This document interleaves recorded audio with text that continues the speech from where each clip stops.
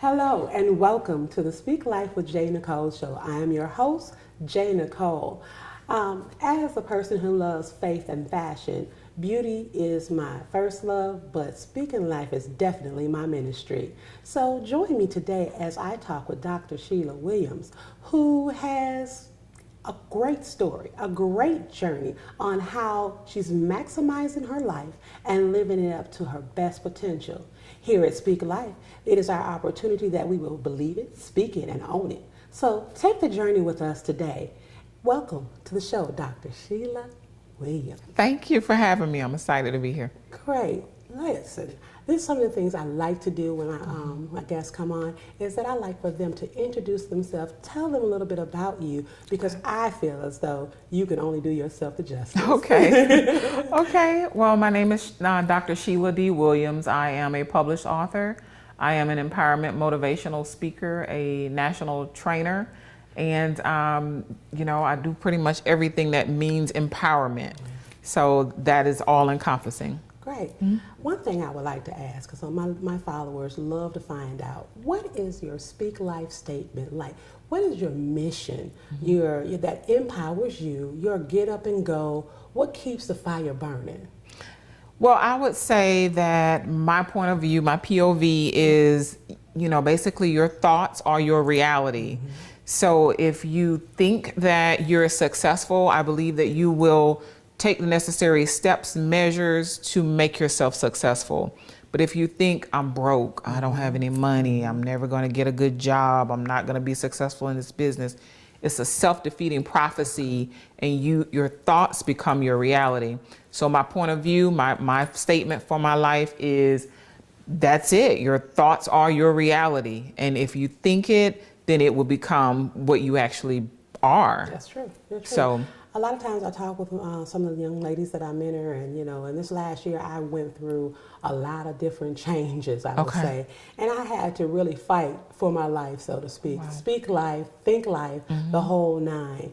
What are some journeys that you've had across across your life that you can say sticks out to you, that you had to really just dig in the heels and say, girl, we got to do this thing? Right. Well, like you said, basically it's the story of my life. That's what the book is about.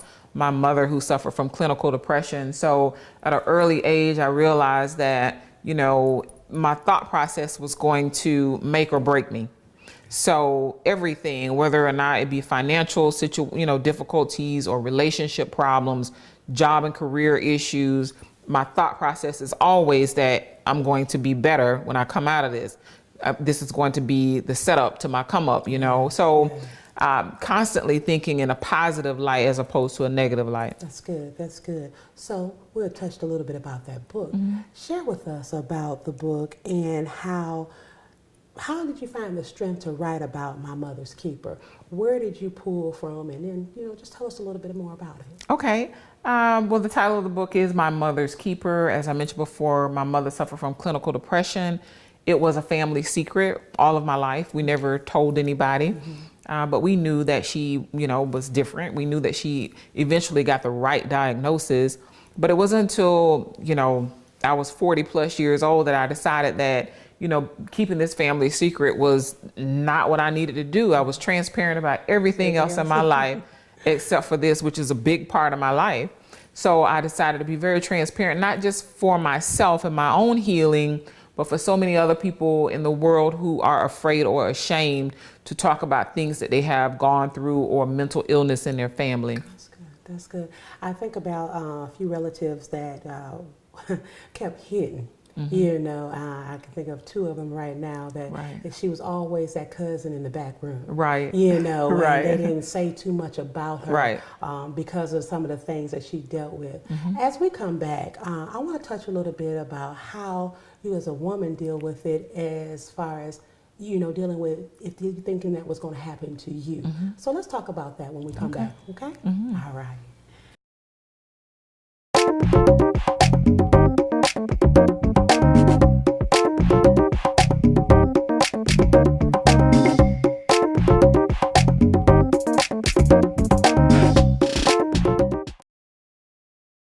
Hello, my name is Dr. Sheila D. Williams, and I encourage you to think positively about your life.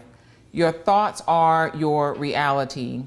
The Bible indicates in Proverbs 23:7 that so a man thinketh in his heart, so is he.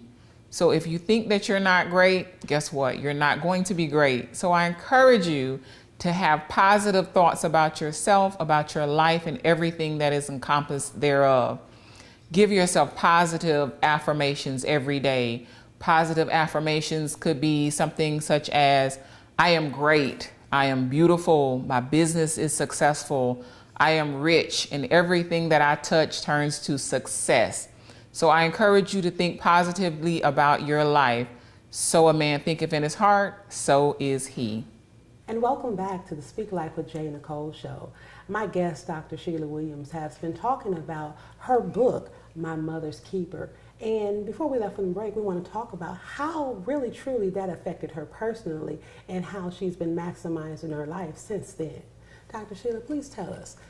We talked about some struggles, and how, dealing with the book and dealing with it in real life. Right. So how did you handle the struggles of coming out with it as far as with your family?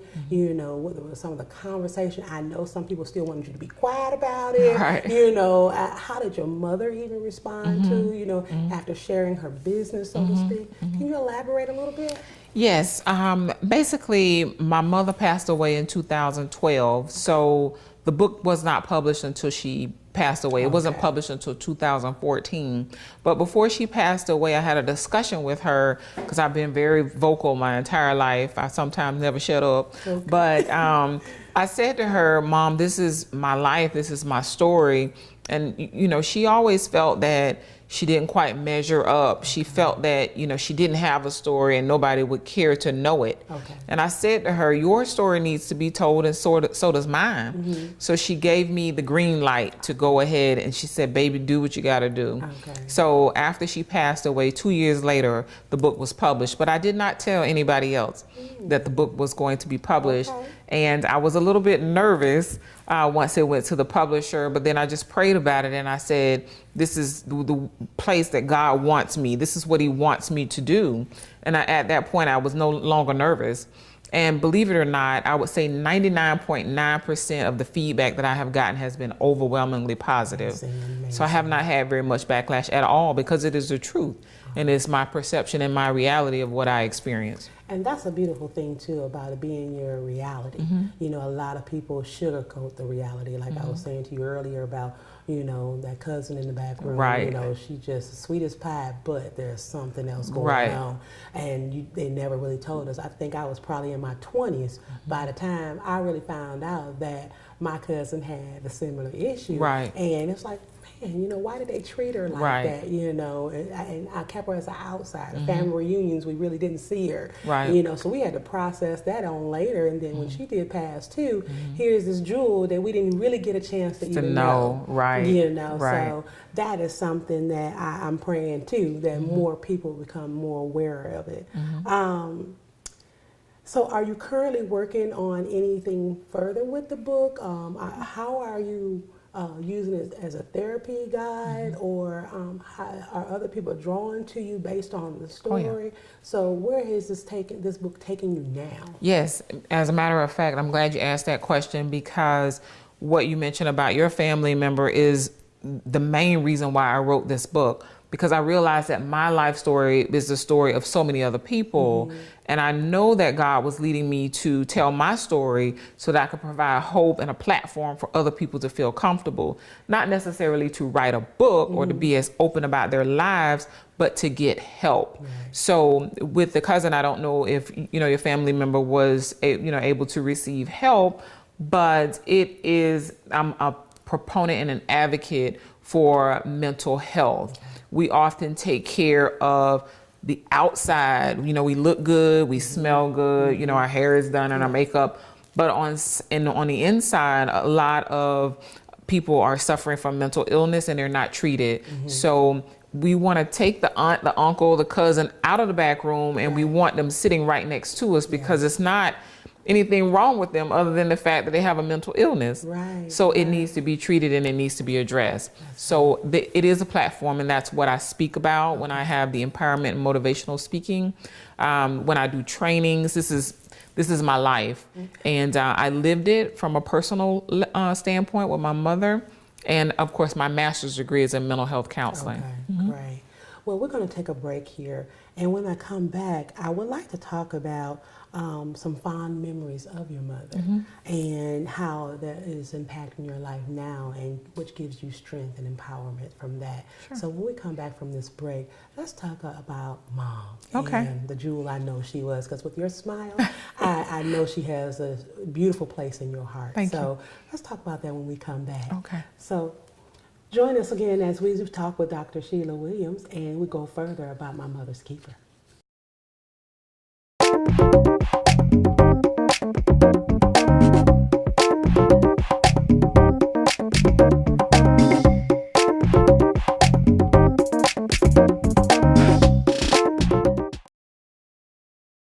Hello, my name is Dr. Sheila D. Williams, and I encourage you to think positively about your life.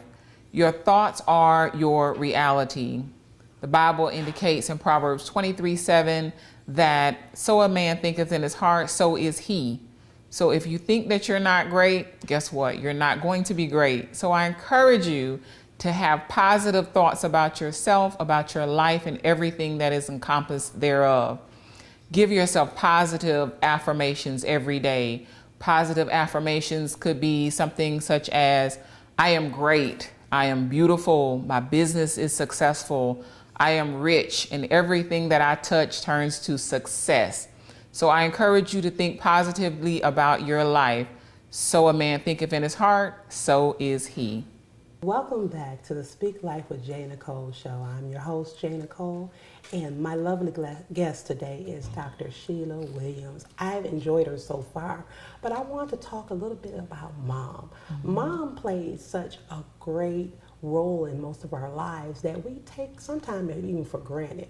I'm a mom of 3, and my mother is very much alive and empowering me daily to live a great life. So I want to find out from Dr. Sheila today, what empowerment attributes, even in the midst of her storm and her medical described clinical depression and things of that nature, were there moments that she was speaking life to her daughter and that she can now speak life to us through this journey? Oh yes, for sure. I'm glad you asked that question, because I believe that as women, not just women, but we're women, so I'm going to speak upon the experience that I have as a woman.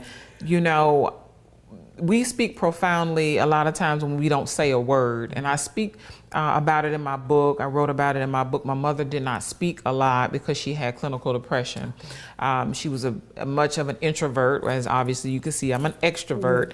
So she, you know, instilled in me, I talk about her being a Proverbs 31 woman.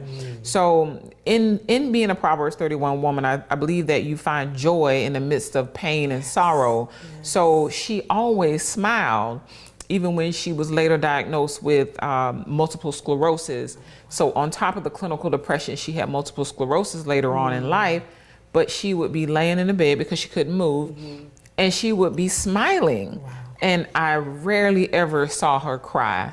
So for someone who has suffered pretty much all of her life with one illness, whether it be the mental illness or the medical illness, she was always smiling. And for me, that let me know from an early age, life is beautiful. You know, even in the midst of my trials and tribulations, because I've had my share, you won't ever really know that because I'm still in good health. I am appreciative for the sunlight. I'm appreciative for the rain. There's always something positive you can take from any experience. So that's what I learned from my mother. That's That's awesome because, you know, think about you didn't really get a lot of moments where you, like you said, you could really talk about things, but you still drew from her something because of that smile. And that alone, we can be going through so many things, and yet, you know, we said just a moment ago about being able to dress it up on the outside, but how you feeling on the inside. Right, exactly. You know? So tell me this, your family, how do they support you now? Now that this is out, you know, what do you do to engage in your family as far as health awareness, even in them? You know, is there any how can I say gene passing, you know, and things of that nature? Is there something that we as a race need to look at, you know, in our families and things of that nature? So how do you handle that to just make sure that you are, you know, I know as a doctor, you know, it's not, you always, you know, do an inspection on family and things that, let me see how you act, you know. So how do you, you know, minister to your family about the importance of mental health? You know, it's the story of my life, not only to my family, but everybody that I come in contact with. So I find myself counseling when I'm not really counseling. My friends, my family, you know, some of my family members call me and say, Sheila, what do you think about this? What do you think about that? But I won't diagnose anybody. I always encourage people, if you are experiencing something that you kind of feel like you can't shake and it's like reoccurring, whether it's yourself or a loved one or, you know, a family member or friend, go see a doctor. You know, I talk about it quite frequently. When we have a medical condition that doesn't improve and doesn't go away, we go to the doctor. We see the primary care physician for that. But we have auntie, cousin, whoever experiencing, and they're not quite acting the way they used to. We just overlook it, or we say, well, you know, you always act like that. What is that? You know, and we minimize it, but we shouldn't, because mental health to me is just as important as, you know, physical health. It's just as important as financial health. All of it. In order for us to be healthy as a total being, we need to focus on mental health as well. I agree. Before we break again, too, yet hearing from you, I want to say that I've enjoyed talking to you about it. I want to ask you quickly, what is the legacy you wish to leave? If you had to write a letter to the younger you, what would you say? If I had to write a letter to the younger me, I would probably say, Sheila, you are okay. You are okay. Those positive self, you know, affirmations, I would tell the little Sheila, girl, you do your thing. Because when you're 40, I'm not going to tell you how old I am, because when you are 40 plus, you're going to know that you're okay. Yes, man, that's good. And 40 plus, we both look good. There you go. We good. So listen, I have thoroughly enjoyed my guest today, and I hope you tune in again where we're going to speak life and tell you more attributes on how you can live your best life, maximize your best life, believe it, speak it, and own it, because everything that you do has a mark in your life. So if you speak life to it and watch it come to pass, God is good. We'll see you next time.